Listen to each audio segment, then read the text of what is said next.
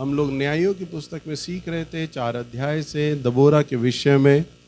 दबोरा एक इस्राएल की न्यायिक भी थी, न्याय किया करती थी, न्यायाधीश थी और साथ ही साथ में वो नबिया थी, यानी कि वो एक भविष्यवक्तनी भी थी। और पिछली बार हमने उसके चरित्र को भी सीखा था 2 सप्ताह लगातार, और हम लोगों ने ये भी सीखा था कि किस प्रकार से जब राजा यामीन ने इस्राएलियों पर चढ़ाई करी और अपने प्रमुख सेनापति सिसरा को भेजा, तब अलग अलग 12 गोत्रों ने क्या प्रतिक्रिया दिखाई थी। हम लोग सीख रहे थे कि किस प्रकार से दबोरा का पत्र पाकर दान ने क्या प्रतिक्रिया दिखाई। आपको ध्यान है वचन? हाथ खड़ा करके बताओ कितने लोगों को ध्यान है बात। तो दान ने क्या प्रतिक्रिया दिखाई, क्योंकि हमने देखा था वो धन का लालची था और जहाज पर व्यापारी था, तो वो युद्ध के लिए नहीं आया।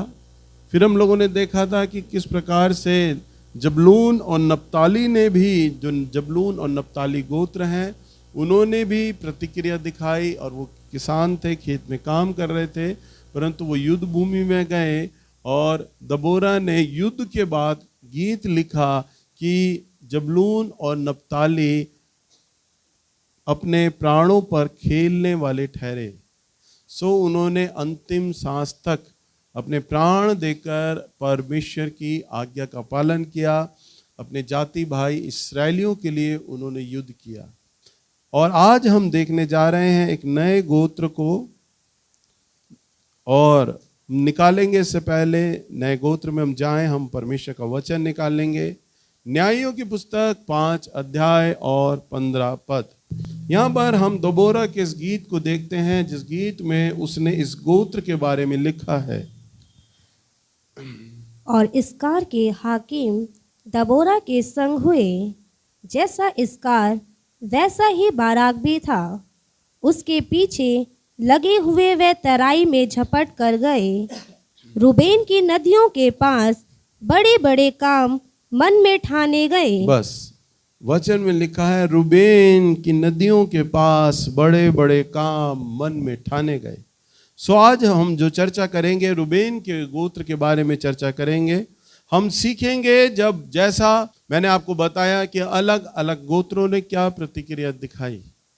जब राजा यामीन ने अपने प्रमुख सेनापति सिसरा को इस्राएलियों के लिए भेजा, तब दबोरा ने 12 गोत्रों को पत्र लिखे और 12 पत्र लिखे और 12 संदेश वाहक उसने अलग अलग गोत्रों में घुड़सवार के द्वारा भिजवा दिए।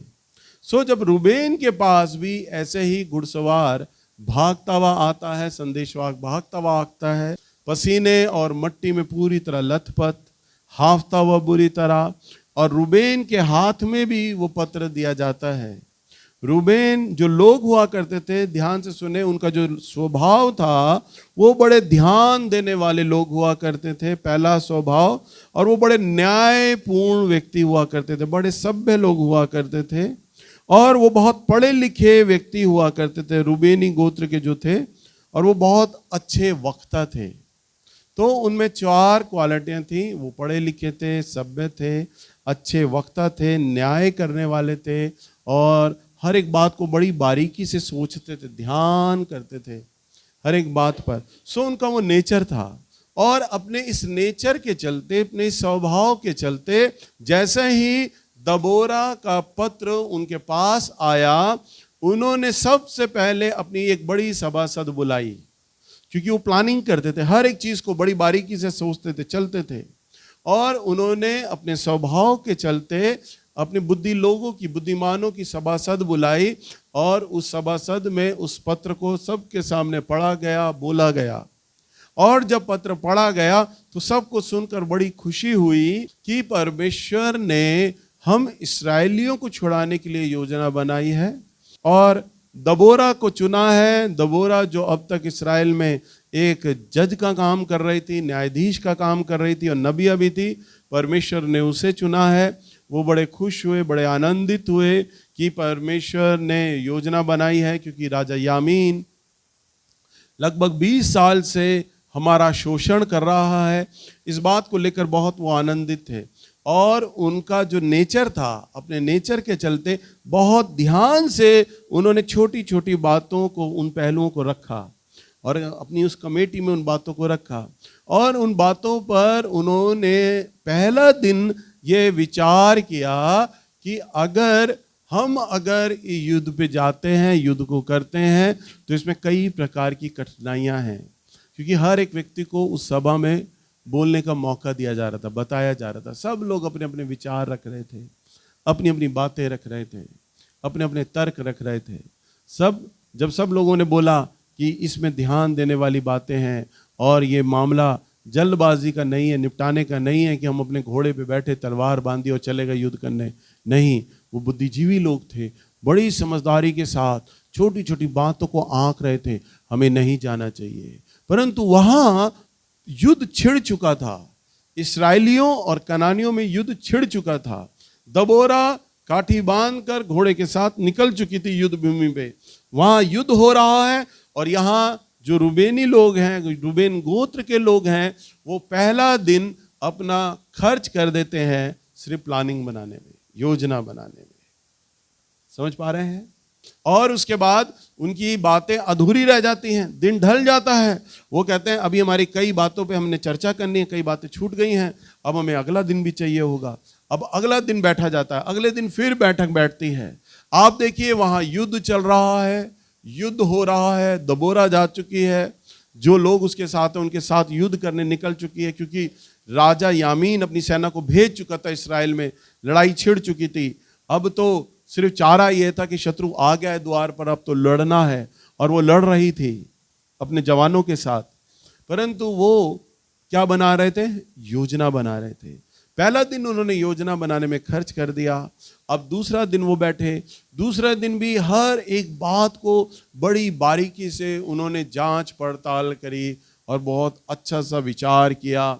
और उसके बाद उन्होंने तर्क दिए अपने अपने कि हमारी जो सेना है सारी गोत्रों की सेना से अच्छी प्रभावशाली है। हमारी जो सेना है, क्योंकि इसमें बुद्धिजीवी लोग हैं, पढ़े लिखे लोग हैं, रणनीति जानते हैं, युद्ध कला जानते हैं, और अगर हमारी सेना दबोरा के कहे अनुसार युद्ध भूमि में जाएगी तो अवश्य ही इस्राएली लोग जीतेंगे। और उन्होंने तालियां बजाईं, प्रशंसा के गीत गाए अपने अपने लिए कि हम बड़े बुद्धिमान लोग हैं, हमारी सेना बड़ी बुद्धिमान है। अलग अलग योद्धाओं का नाम लिया, अलग अलग लोगों का नाम लिया, उनके टैलेंट, उनके गुण बताए कि बड़े अच्छे लोग हैं। और ऐसा बताने के बाद अब दूसरा दिन ढल गया था, अभी भी उनकी बातें रह गई थी। उन्होंने कहा कल थर्ड डे, तीसरे दिन हम आपातकालीन बैठक बैठाएंगे, हमारी इमरजेंसी मीटिंग बैठेगी और कल का लास्ट दिन रहेगा।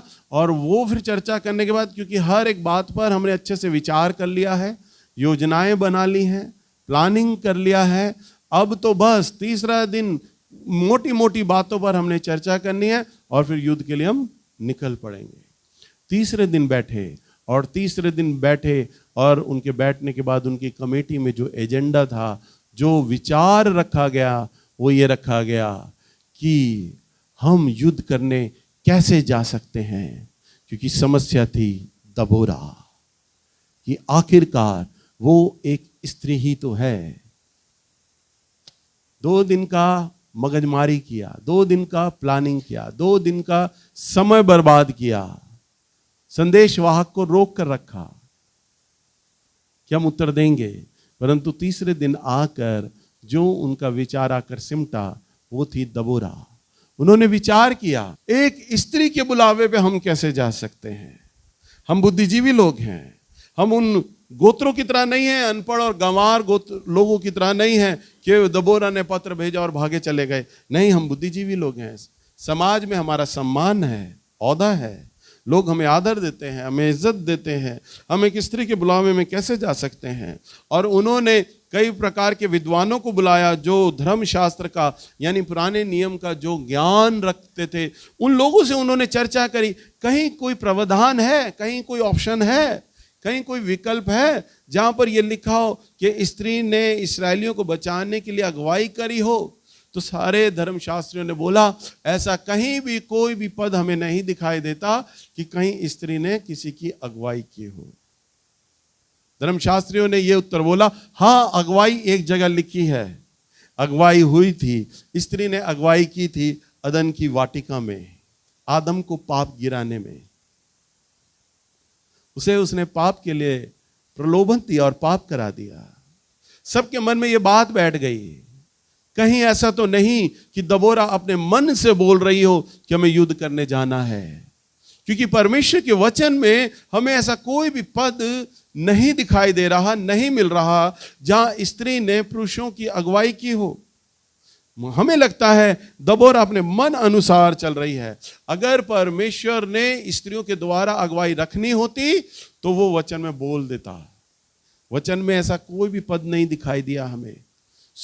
कहीं ऐसा ना हो हम दबोरा के कहे अनुसार हम युद्ध के लिए निकल पड़े, युद्ध के लिए चले जाएं और हमारा पूरा इस्राएल देश बर्बाद हो जाए। क्योंकि वहां अदन की वाटिका में तो स्त्री ने अगुवाई करी थी आदम की पाप कराने के लिए, और आज हमारा संबंध परमेश्वर से टूट चुका है। कहीं ऐसा ना हो हम इस स्त्री दबोरा के बहकावे में जाकर हम क्या करें, युद्ध करें और हमारा इस्राएल देश बर्बाद हो जाए। हालेलुया। आज भी मेरे प्रियो रूबेन के समान बुद्धिजीवी लोग कलीसिया में पाए जाते हैं। हमारे जो चर्च की जो सेवा है वो अन्य जाति सेवा में, परंतु अगर आप क्रिश्चियन चर्चेज में जाएं या पढ़े लिखे चर्चेज में जाएं, मिशनरी चर्चेज में जाएं, तो वहां पर कमेटियां बनी होती हैं, सभाएं बनी होती हैं। प्रचार की सभा अलग है। अब बड़े बड़े चर्चेज में क्रिसमस के प्रोग्राम होने जा रहे होंगे, तो क्रिसमस के प्रोग्राम हमारे चर्च में तो इस महीने से तैयारी हो रही है। क्रिसमस की तैयारी वहां 4 महीने से शुरू हो जाती पहले, और 4 महीने से क्रिसमस की तैयारी हो रही होगी, और 5-6 महीने पहले कमेटी बना चुकी होगी क्रिसमस के प्रोग्राम के लिए, कि क्रिसमस के प्रोग्राम को करने के लिए ये सभा के लोग होंगे, 7-8 लोग होंगे जो सिर्फ क्रिसमस के प्रोग्राम देखेंगे। बस चर्च में क्रिसमस का प्रोग्राम कैसे होना है वो कमेटियां बनाई जाएंगी। और वो भी किन लोगों को बनाया जाता है, जो समझदार पढ़े लिखे बुद्धिजीवी लोग हैं, और वो बैठते हैं और वो प्लान करते हैं कि हमारे चर्च में इस साल क्रिसमस किस प्रकार का बनाना है, सेंटा क्लॉज कैसे होगा, कैरल कहाँ कहाँ जाएगी, किस तरह से होगा, बच्चों को क्या गिफ्ट बांटे जाएंगे, और इन सारी बातों पे चर्चा की जाती है। वो ही प्लान करते हैं। अगर, क्योंकि मैं तो क्रिश्चियन परिवार से हूं, मुझे मालूम है चर्चेज में क्या होता है। अगर वहां का पादरी भी अगर किसी अभिषिक्त जन के बारे में सुने कि प्रभु का कोई अभिषिक्त दास है और वो आ रहा है, उदाहरण के लिए मुझे तो प्रॉफिट नवीन जोगी का पता चला, मैं अकेला, 1 मैन आर्मी, अकेला निर्णय लेने वाला। मुझे मालूम है प्रॉफिट भविष्यवक्ता की क्या वैल्यू है। मैंने जब अपने प्रचारकों के सामने रखा, सबने नकार दिया, नहीं भविष्यवक्ता नहीं आना चाहिए, झूठी भविष्यवाणियां होती हैं, कुछ नहीं होता, ये नहीं होता। मैंने कहा नहीं, भविष्यवक्ता हमारी कलीसिया के लिए जरूरी है।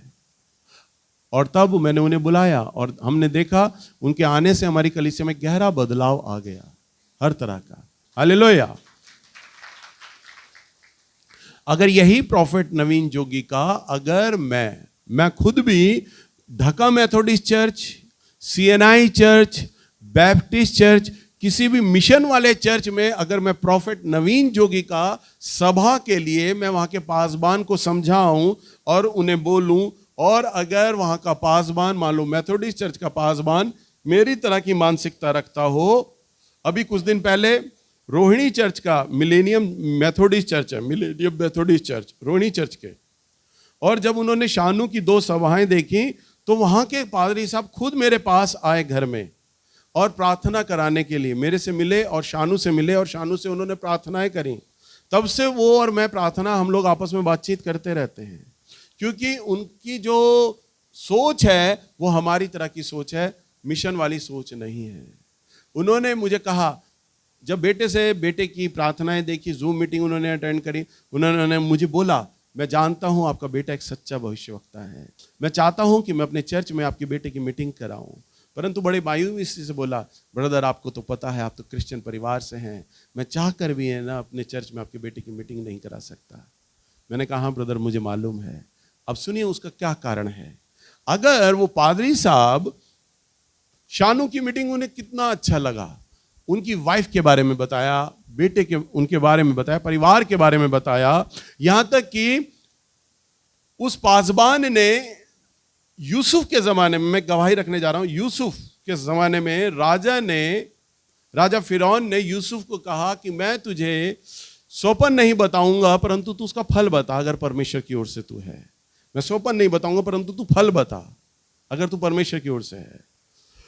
वो पादरी था, वो जानता था कि एक प्रभु का दास बिना सोपन जाने फल बता सकता अगर वो परमेश्वर की ओर से है।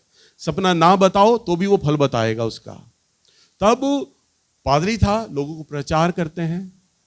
वो मेरे सामने बैठे हुए, और जब मैंने शानू को बुलाया उन्होंने बोला कि ब्रदर मैंने एक सपना देखा है और वो सपना मैं अपने जीवन में कई बार देखता हूँ। मैंने बोला क्या सपना है, आप मुझे बताइए, मैं अर्थ बताने की कोशिश करूँगा। कह रहे नहीं मैं आपके बेटे को बताऊँगा। मेरा बेटा जब आया, मैंने इंट्रोड्यूस कराया, उन्होंने वही सवाल रखा। मैं आपको ब्रदर एक सपना बताना चाहता हूँ और वो सपना मैंने कई बार देखा है और वो सपना मैं आपको बताना चाहता हूँ। वो सपना बड़ा अजीब है, वो सपने का भेद आज तक मैं नहीं जान पाया। वो सपना है क्या मैं समझ नहीं पाया, बड़ा सपना अजीब है। तो शानू ने कहा क्या सपना है वो? तो उसने कहा मैं आपको बताना नहीं चाहूंगा, आप तो प्रभु के दास हो, भविष्यवक्ता हो, आपके पापा ने भी आपका वीडियो दिखाया है। मैं चाहता हूं जैसे यूसुफ ने फिरौन के सपने को बताया था बिना सुने, मैं चाहता हूं प्रभु जब आपके साथ है तो आप मेरा सपना बताएं। उन्होंने कंडीशन रखा। शानू ने कहा ठीक है अंकल हम प्रार्थना करते। उसने हल्की सी प्रार्थना करी 20 सेकंड की और आंख खोल दी और फिर कहता प्रभु बता रहा है आपने सपने में 3 रंग देखे हैं, अलग अलग प्रकार के 3 रंग देखे हैं। वो चौंक गए सुन के। उन्होंने कहा ये सपना आपको लगभग बीते 10 साल से आ रहा है? उसने कहा हाँ 10 साल से आ रहा है। उन्होंने कहा आप 3 रंग देखते हैं, आप उसमें पर्पल रंग देखते हैं, बैंगनी रंग देखते हैं। वो चौंक गए। हाँ। कहते हैं आप रेड कलर का रंग देखते हैं? कहते हैं हाँ। और एक काला रंग देखते हैं? कहते हैं हाँ। कहते हैं सिर्फ 3 ही रंग देखते हैं बार बार, और वो सपना आपको हफ्ते में 1 बार आ जाता है, आप 3 ही रंग देखते आ रहे हैं। कह रहे हैं हाँ यही होता है मेरे में। तो शानू ने कहा परमेश्वर बता रहा है लाल रंग का मतलब ये है, और उनका पिछला जीवन बताना उसने शुरू किया। उन्होंने कहा, शानू ने बताया आपके 2 विवाह हो चुके हैं। उन्होंने कहा हाँ। उन्होंने कहा आपकी पहली पत्नी की मृत्यु आत्महत्या की थी उन्होंने। वो सुनकर चौंक गए कि आपको कैसे पता? कह रहे आपके स्वप्न में ये भेद है, परमेश्वर बता रहा है। वो सुन के चौंक गए। कहते भैया हम तो पुराने नियम में पढ़ा करते थे कि नबी होते हैं, मैं तो नबी को अपने सामने देख रहा हूं। हालेलुया। और उसने उन 3 कलर के भेद बताए और बताया कि आपने 3 रंग के भेद आपने देखे हैं। आपने फिर दोबारा रीमैरिज करी, नई शादी करी, और फिर आपके ऊपर इस रंग का प्रभाव यह है कि आपके ऊपर श्राप आया है और वो श्राप चलता आ रहा है। फिर उन पादरी साहब ने कहा कि बेटा प्रार्थना करो कि मेरे ऊपर से श्राप टूटे। फिर हमने श्राप तोड़ने का प्रार्थना किया। तो अगर वो अपने चर्च में मेरे बेटे की तक मीटिंग कराएं, जो कि उनका खुद का एक्सपीरियंस है, उन्हें पता है कि एक बिल्कुल जेन्युइन भविष्यवक्ता है, वो स्वप्न जो मैंने कभी किसी से जिक्र नहीं किया, कलीसिया से जिक्र नहीं किया, इस व्यक्ति को नहीं बताया, इस व्यक्ति ने खट खट बोला कि मैंने 3 रंग देखे और 3 रंगों के नाम बताए, उनके अर्थ भी बता दिए जिसका भेद मैं भी नहीं जानता था, और मैं भी अपने बेटे का मुंह देख रहा। हालेलुया। कि मैं देख रहा वचन में कि कहा यूसुफ को भी साथ ऐसे ही हुआ था, फिरौन ने भी सोपन नहीं बताया था, परंतु यह जैसे सोपन बता रहा है ना, फिर यूसुफ ने भी वैसे ही सोपन का भेद बताया। तब मैं अपने बेटे की शक्ल देखकर है ना मैं रो पड़ा। इसलिए नहीं कि मेरा बेटा बता रहा था, मैं अपने इस्राएल के परमेश्वर की गुणगान करने लगा। प्रभु तू वास्तव में हजारों साल एक जैसा ही रहता है, ना बदलने वाला परमेश्वर। जिस परमेश्वर के बारे में हम वचन में पढ़ते हैं ना, वास्तव में वो प्रकट रूप में आज भी कार्य करता है। उसे केवल वो लोग चाहिए, बस, और कुछ नहीं। हालेलुया। सो मैं आपको बता रहा था, अगर वो पादरी साहब मेरे बेटे का मीटिंग भी कराएं और अपने चर्च के बुद्धिजीवी लोगों में पास्टर्ड कमेटी एक होती है, पास्टर्ड कमेटी, उस कमेटी का काम होता है पूरी चर्च की व्यवस्था को देखना। लगभग 12 लोग होते हैं उस पास्टर कमेटी में, और सारे लोग पहले इतवार को बैठते हैं। मैं आपको बता रहा हूं, मेथोडिस्ट ढका चर्च में पहले इतवार को बैठेंगे और वहां पर वो पत्र रखा जाता है, सारी बातों पर, सारे एजेंडा पर बार बार से तर्क रखा जाता है। एक पादरी साहब अगर रखेंगे कि पास्टर नेल्स शारोन उनका बेटा प्रॉफिट है और वो भविष्यवाणी करता है और उसने मेरे बारे में बताया है और वो सच्चा भविष्यवक्ता, सच्चा नबी है, हम चाहते हैं कि हम उसकी चर्च के अंदर अपनी सभा कराएं ताकि हमारे कलीसियाओं के नाम, टेलीफोन नंबर ले और उनके बारे में बताएं, और हमारी चर्च में गहरा बदलाव आ जाएगा, हमारे चर्च में गहरा बदलाव आ जाएगा। अगर वो ये बात रखे ना तो एक कहेगा, मालूम है क्या कहेगा पास्टर कमेटी में?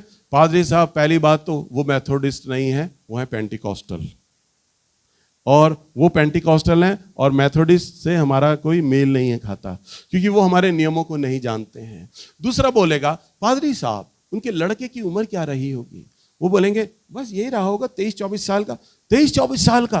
पादरी साहब अभी उसे है ना सेवा का तजुर्बा नहीं होगा बिल्कुल भी, वो पता नहीं क्या आकर हमारी चर्च में बोल जाएगा। आपको तो पता है फलाने पादरी को हमने बुलाया था, उन्होंने आकर हमारे चर्च में क्या प्रचार करके चले गए, हमारी चर्च में कितना हंगामा हो गया था, पता नहीं वो क्या बोल के चला जाएगा, उसको अनुभव नहीं होगा उस लड़के को, अभी तो बेटा है। दूसरा वाला बोलेगा कि पादरी साहब मेरा लड़का खुद 30 साल का है, उसे मैं डांटता रहता हूं कि सीख ले सीख ले सीख ले, उसमें अकल नहीं आई, तो 24 साल के लड़के में क्या अकल आई होगी? हालेलुया। परंतु वो ये बात भूल जाते हैं कि राजा दाऊद भी 12 साल का था तब परमेश्वर ने उसका अभिषेक कर दिया था। सो अभिषेक या बुलाहट किसी की मोहताज नहीं होती। हालेलुया। परंतु उस चर्च के लोग ये भूल जाएंगे, फिर वो ये विचार करेंगे, अच्छा पादरी साहब हम चलिए आपकी बात मान भी लेते हैं, बड़ी भी कर लेते हैं, अब आप विचार करें आप ऑफरिंग क्या देंगे, उसे भेंट क्या देंगे? प्रभु का वचन कहता है जब तू भेंट दे तो तेरा दाहिना हाथ भी न जाने कि तूने क्या दिया। परंतु वहां पूरी सभा के सामने चर्चा किया जाता है। पादरी बोलेगा उसका जो अभिषेक है उस लड़के का बहुत ही तेज है अभिषेक, मैंने सोपन नहीं बताया था, उसने बता दिया था, मैं समझता हूं कम से कम 20,000 रुपया तो देना चाहिए, हम 3 दिन की सभाएं कराएंगे, कम से कम 20,000 रुपया देना चाहिए। दूसरा बोलेगा पादरी साहब 20,000 रुपया तो बहुत ज्यादा दिया जा रहा है। दूसरे लोग कहेंगे कि वो तो 20,000 रुपया लेंगे, ये बहुत ज्यादा है। पादरी साहब आपको पता है इस साल हमारा जो बजट है, हम अपने बजट से बाहर जा रहे हैं और हमारा बजट में इतनी भी गुंजाइश नहीं है कि हम, आप कह रहे हैं हम पादरी उस प्रचारक को जो अभी आप सो कॉल्ड भविष्यवक्ता कह रहे हैं, हम उससे 20,000 रुपए दें, हमारा बजट ही नहीं है, हम उसकी सभा करा ही नहीं सकते। आप तो ऑफरिंग का बात कर रहे हैं, हमारे पास तो पैसा भी नहीं है कि हम अलग से कोई सभा करा लें, वो नहीं कराएंगे, बोल देंगे। और एक आदमी ने बोला पादरी साहब हमारा बजट नहीं है, तो 4 आदमी भी उसके साथ राय देंगे, हाँ पादरी साहब बिल्कुल सही कह रहे हैं, भाई ग्लैडविन बिल्कुल सही कह रहे हैं, भाई बेंजामिन बिल्कुल सही कह रहे हैं और भाई सचिन बिल्कुल सही कह रहे हैं कि हमारे चर्च में अब की बार बजट नहीं है कि हम ये सभा कराए जाए। चाहे कितना भी अभिषिक्त दास हो, पादरी मन मार के रह जाएगा, जो काम मेरे जीवन में हुआ काश मेरी कलीसिया में भी हो, मन मार के रह जाएगा। अलग से अनाउंसमेंट नहीं हो पाएगा उस मीटिंग का, क्योंकि उस चर्च को चलाने वाले जितने भी लोग हैं ना, वो रूबेन गोत्र के लोग हैं, बुद्धिजीवी लोग हैं। परमेश्वर का काम चाहे कितना ही बड़ा हो, सामने पड़ा हो, परंतु अपनी बुद्धि, अपना तर्क और अपनी योजना रखकर रहना, परमेश्वर की योजना को धराशाही कर देंगे। रूबेन का क्या हुआ? 3 दिन तक योजना बनाते रहे, हम नहीं जाएंगे, हम युद्ध पे नहीं जाएंगे, क्योंकि हमारी अगुआ जो है वो दबोरा है। अगर प्रभु को युद्ध कराने के लिए अगर किसी अगुआ को चुनना होता तो परमेश्वर पुरुष ही चुन लेता इस्राएल से। दूसरे ने कहा होगा रूबेन के बेसे कि अगर पुरुष नहीं तो केवल एक बालक को ही चुन लेता, कम से कम एक मेल बालक होता, पुरुष बालक होता, हम युद्ध में जाने के लिए तैयार थे। छोटा लड़का भी आकर बोल देता ना 10-12 साल का कि प्रभु ने मुझे बोला हम चले जाएंगे, परंतु स्त्री के बुलावे पे हम नहीं जा सकते क्योंकि हम पुरुष हैं। और उन्होंने योजना बनाई, परमेश्वर की बुलाहट थी कि इस्राएलियों के लिए युद्ध किया जाए। राजा यामीन से, परंतु बुद्धिजीवी सभासदों में वो मना कर दिया गया। और 3 दिन के बाद रूबेन गोत्र के लोगों ने पत्रवाहक को बोला कि काश परमेश्वर ने ये योजना दबोरा को न देकर अगर पुरुष से की होती, हम अवश्य आ जाते। दबोरा से कहना, हम उससे प्यार करते हैं, हम उसकी इज्जत भी करते हैं, परंतु हमने पाया परमेश्वर के वचन में ऐसा कहीं कोई जगह नहीं लिखी कि स्त्री के बुलावे में हम लोग जाएं, इसलिए हम क्षमा चाहते हैं, हम नहीं जा सकते। हालेलुया। आज हमारी कलीसिया में दान के स्वभाव वाले लोग भी पाए जाते हैं। आज अगर मेरी कलीसिया चल रही है, किसी भी पास्टर से पूछिएगा आपका चर्च कैसा चल रहा है, तो वो पास्टर ये जानता होगा किस गोत्र के लोग आज मेरी कलीसिया में हैं। वो बोलेगा दान गोत्र के लोग बहुत ज्यादा हैं मेरी कलीसिया में, परंतु जबलून और नप्ताली ही जैसे लोग हैं मेरी कलीसिया में, जिनकी बदौलत आज मेरी सेवा खड़ी है। जबलून और नप्ताली ही जैसे लोग हैं जिनसे आज मेरी सेवा बढ़ रही है। जबलून और नप्ताली ही जैसे लोग हैं जिनके साथ में मिलकर परमेश्वर की योजना और परमेश्वर के दर्शन को पूरा कर पा रहा हूं। अगर आप पूछेंगे क्या आपकी कलीसिया में रूबेन है, तो बोलेगा हाँ रूबेन भी हैं, क्योंकि वो अपने तर्क देखकर, अपनी बुद्धिजीवी की बातों को बोलकर, अपनी पढ़ाई दिखाकर, अपनी योजनाओं को बताकर परमेश्वर के कार्य को धराशाही कर देते हैं। वो मना कर देते हैं कि परमेश्वर का कार्य नहीं हो सकता। मैं आपको बताता हूं परमेश्वर का कार्य कर कौन सकता है। 27 साल से मैंने अपने अनुभव से सीखा है, पढ़े लिखे लोगों की तो बस की है नहीं, रूबेनों की तो बस की है नहीं, हाँ जंगलियों की बस की है। जो जंगली लोग होते हैं ना, परमेश्वर को बड़ा पसंद होते हैं। हालेलुया। क्योंकि जंगली लोग योजना नहीं बनाते, वो सुनते हैं और बिंदास परमेश्वर के काम में टूट पड़ते हैं। वो भूल जाते हैं धन का इंतजाम कहां से होगा, सामने वाले की उम्र क्या है, क्या आकर वो कहेगा। वो सब कुछ ये कहते हैं हम करने तो जा रहे हैं, परंतु परमेश्वर हमारे साथ है और परमेश्वर ही संभाल लेगा सब कुछ। हालेलुया। क्योंकि ये सेवा तो केवल परमेश्वर की है और परमेश्वर ही करेगा। सो आज अगर जागृति आ रही है, आज अगर बदलाव आ रहा है, तो जंगलियों के द्वारा आ रहा है। प्रभु ने कहा मैं मनुष्य के बुद्धिमानों को बुद्धिहीन कर दूंगा और इस संसार से मूर्खों को चुन लूंगा ताकि बुद्धिमानों को लज्जित कर दिया जाए। मैं संसार से ज्ञानियों को लज्जित कर दूंगा, मैं बलवानों को लज्जित कर दूंगा और निर्बलों को चुन लूंगा। हालेलुया। और वो ज्ञानियों को लज्जित करता है और बुद्धिहीनों को पकड़ लेता है अपनी सेवा के लिए। सो विचार करें, आप सोचें आप कहां खड़े हैं, आप कौन से गोत्र में हैं। क्या आप दान वाले गोत्र में हैं, आपका धन की ओर रुझान है, आप अपने व्यापार में जा रहे हैं, अपनी नौकरी में जा रहे हैं, आप कमाई की ओर दौड़ रहे हैं, या आप जबलून और नप्ताली के समान हैं। आप मेरे सामने मत खड़े हो ना भैया, जबलून और नप्ताली तो मैं हूं, क्योंकि हर एक की हैसियत मैं जानता हूं। हालेलुया। भले ही भविष्यवक्ता नहीं हूं, परंतु अपोस्टल तो हूं। परख लूंगा, जान लूंगा आप कहां खड़े हैं, आपका आत्मिक स्तर कहां चल रहा है। एक एक व्यक्ति को मैं खड़ा करके बता सकता हूं कि आपका आत्मिक स्तर कहां है, आपका प्रार्थना का जीवन कहां है, आप कहां चल रहे हैं, आप किस बुलाहट के लिए बुलाए गए हैं। मैं महसूस कर जाऊंगा। 27 साल से मैं आलू नहीं छिल रहा हूं, बैठकर प्रभु की सेवा कर रहा हूं। हालेलुया। सो मैं जानता हूं मेरी कलीसिया में दान कौन है, मैं जानता हूं मेरी कलीसिया में जबलून और नप्ताली कौन है, मैं जानता हूं मेरी कलीसिया में रूबेन कौन है।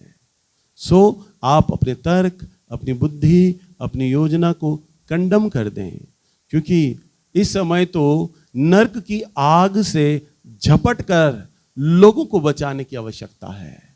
यूं समझ लीजिए नर्क की आग लग चुकी है। थोड़े दिन पहले परमेश्वर ने मुझे एक स्वर्ग का भेद बताया। मैं देख रहा था प्रकाशित वाक्य की किताब के अंदर, और मैं लोगों को प्रचार कर रहा हूं कि प्रभु यीशु मसीह का आगमन निकट है। और मैं प्रचार करते वक्त ये महसूस कर रहा हूं बस बहुत कम ही दिन रह गए हैं। महीने और हफ्ते तो मैं महसूस ही नहीं कर रहा, स्वप्न में मैं महसूस कर रहा हूं बहुत कम समय बचा है। और मैं आंसू बहाकर टूट कर ये प्रचार कर रहा हूं, यीशु मसीह आने वाला है, स्वर्ग राज्य आ चुका है। अपने जीवन को सुधार लो, अपने आप को ठीक कर लो, जांच लो, क्योंकि स्वर्ग का राज्य आ चुका है। यीशु मसीह तुम्हारे निकट है। और मैं चिल्ला चिल्ला कर ये प्रचार कर रहा हूं, प्रकाशित वाक्य की किताब से मैं इस बात को पढ़कर सुना रहा हूं। हालेलुया। तब परमेश्वर इस बात को दिखाते हैं कि कोरोना की जो बीमारी है वो मेरी इच्छा अनुसार, मेरे मन अनुसार आई है, क्योंकि अब संसार बिल्कुल अंत के कगार पर आ चुका है। हालेलुया। सो आप अपने जीवन को संभालें। अब ये काम योजना बनाने का नहीं, सोचने समझने का नहीं है, अंत के कगार में आकर खड़े हो चुके हैं। मान लो इस बिल्डिंग में, इस इमारत में अगर बुरी तरह आग लग जाए तो आप योजना नहीं बनाएंगे, पानी कहां से लाएगा, कौन लाएगा, सीढ़ी पे कितने लोग खड़े होंगे, नलके का स्पीड कितना है, बाल्टी कितने लोग संभालेंगे, योजनाएं नहीं बनाई जाएंगी। तब तो जिससे मौका लगेगा फटाफट आग बुझाओ, चाहे मट्टी डालो, फूंक मारो, चाहे कपड़े अपने डालो, चाहे पानी डालो, और जिसको जैसा काम बन पड़े, जैसा मौका लगे, भागो दौड़ो, क्योंकि झपट कर आग बुझाना बाप का काम है। इस समय योजना बनाने का काम नहीं है। प्रभु यीशु मसीह का आगमन बहुत अत्यंत निकट आ चुका है। अब तो आपको नर्क से जलते हुए लोगों को छुड़ाना है, उन्हें बुझाना है उनकी आग को, और स्वर्ग को आबाद करना है, और नर्क को लूट लेना है हमने।